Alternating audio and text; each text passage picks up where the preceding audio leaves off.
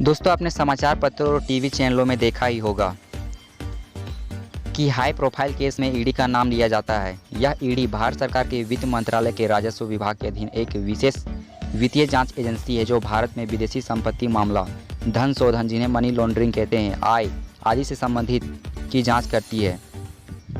आज के इस वीडियो में हम आप लोगों को इसी के बारे में बताने वाले हैं कि आखिर ये ईडी क्या है, इसके क्या क्या अधिकार हैं, इसके क्या क्या कार्य हैं, साथ ही ईडी का फुल फॉर्म क्या होता है। दरअसल ईडी एक प्रकार की जांच एजेंसी है जो कि भारत सरकार के वित्तीय मंत्रालय के राजस्व विभाग के अधीन काम करती है। मुख्य रूप से ईडी का काम भारत में विदेशी से संबंधित संपत्ति मामले और अन्य तरह की संपत्ति की जांच करना है। ईडी के अंतर्गत जो भी अधिकारी काम करते हैं उनका चुनाव आईएएस और आईपीएस इत्यादि रैंक के आधार पर तय किया जाता है। पिछले कुछ समय से अपने कार्य के कारण ईडी डिपार्टमेंट मीडिया से पूरी तरह से छाया हुआ है। ईडी का काम ज़्यादातर हाई प्रोफाइल मामलों की जांच करना है, जैसे कि पूर्व वित्त मंत्री पी चिदम्बरम के खिलाफ आईएनएक्स मीडिया केस में अपार संपत्ति का मामला तथा और भी कई अन्य मामले जो ईडी के जांच के द्वारा सामने आए। तो दोस्तों, चलिए वीडियो को स्टार्ट करते हैं और जानते हैं कि आखिर ये ईडी क्या है। लेकिन दोस्तों, उससे पहले यदि आप इस चैनल पर नए हैं तो प्लीज़ वीडियो को लाइक और साथ ही सब्सक्राइब करना ना भूलें।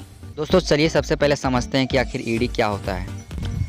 दोस्तों, ईडी का full form directorate of enforcement यानी कि प्रवर्तन निदेशालय होता है। यह एक ऐसी खुफिया एजेंसी है जो हमारे देश में वित्तीय संपत्ति अपराधों पर नज़र रखती है, मनी लॉन्ड्रिंग मामलों की जांच करती है।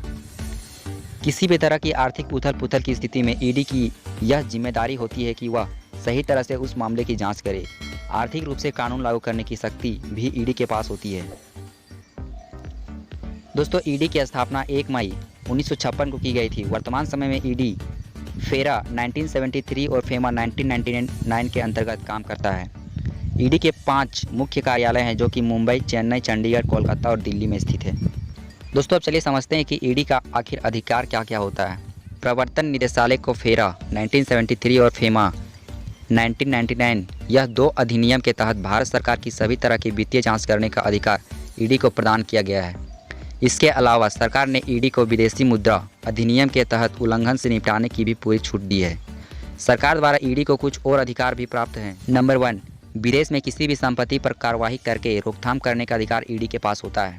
नंबर 2, मनी लॉन्ड्रिंग के आरोप में पाए गए लोगों के खिलाफ जब्ती, गिरफ्तार और खोज करने का अधिकार भी ईडी को होता है।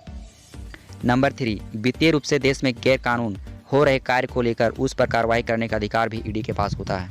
इन सब का नेतृत्व प्रत्येक कार्यालय का निदेशक करता है। इसकी जानकारी के बाद आगे हम आपको बताएंगे कि ईडी कैसे कार्य करता है। तो चलिए जानते हैं ईडी कैसे काम करता है। इसका मुख्य कार्य फेमा के प्रावधानों के संदिग्ध उल्लंघन की जाँच करना है।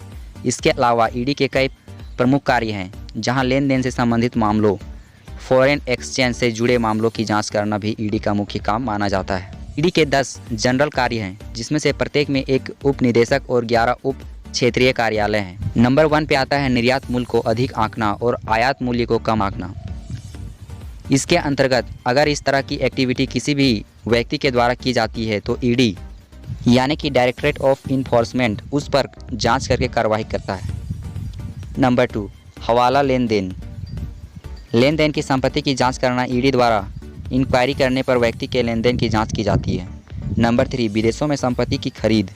अगर आप विदेश में किसी तरह की कोई संपत्ति खरीदते हैं तो ईडी उसकी जांच भी कर सकता है। नंबर 4, भारी मात्रा में विदेशी मुद्रा का कब्जा। अगर किसी ने भारी मात्रा में विदेशी मुद्रा का कब्जा करके अपने पास रखा है तो उसकी जाँच भी ईडी के द्वारा की जाती है। नंबर 5, विदेशी मुद्रा का अवैध व्यापार। अगर आपने विदेशी मुद्रा का अवैध व्यापार करना शुरू कर दिया है जिसकी आपको अनुमति नहीं मिली है तो उस संबंध में ईडी जांच कर सकती है। नंबर 6, संपत्ति को जब्त करना। ईडी के पास फेमा उल्लंघन के तहत दोषी पाए जाने वाले लोगों की संपत्ति को जब्त करने का भी अधिकार होता है। तो दोस्तों, अब चलिए समझते हैं कि ईडी का महत्व क्या होता है।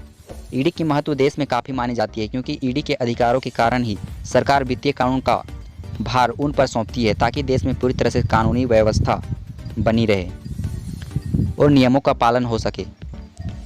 ईडी देश या विदेश किसी तरह से संपत्ति द्वारा होने वाली धोखाधड़ी से बचाता है और दोषियों पर उचित कार्रवाई करता है। यही वजह है कि भारत सरकार ने वित्त मंत्रालय और राजस्व विभाग के अंतर्गत प्रवर्तन निदेशालय को महत्वपूर्ण और सर्वोच्च स्थान दिया है। दोस्तों, अब चलिए समझते हैं कि ईडी का क्षेत्रीय कार्यकाल कहाँ कहाँ स्थित है।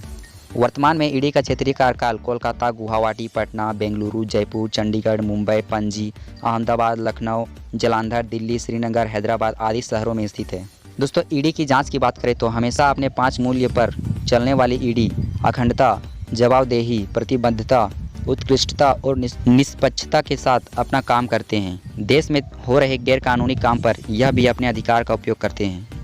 इसके अलावा आर्थिक रूप से देश को सुरक्षित रखना भी ईडी का मुख्य कार्य माना जाता है। तो दोस्तों, हमने इस वीडियो में ईडी से जुड़ी सारी बातों को बताया कि आखिर यह ईडी क्या है और यह एजेंसी कैसे काम करती है, यह हमारे लिए कितने मायने रखती है। एक देश में ईडी डिपार्टमेंट सुरक्षा कवच की तरह काम करता है, जो कि भारत सरकार के वित्त मंत्रालय के राजस्व विभाग के अधीन आता है। तो अब आपको इसकी जानकारी मिल गई होगी। उम्मीद है दोस्तों कि आप लोगों को यह वीडियो अच्छा लगा होगा और वीडियो से कुछ सीखने को मिला होगा। तो प्लीज़ वीडियो को लाइक, शेयर और चैनल को सब्सक्राइब करना ना भूलें। तो दोस्तों, मिलते हैं अगले वीडियो में। तब तक के लिए जय हिंद दोस्तों, धन्यवाद।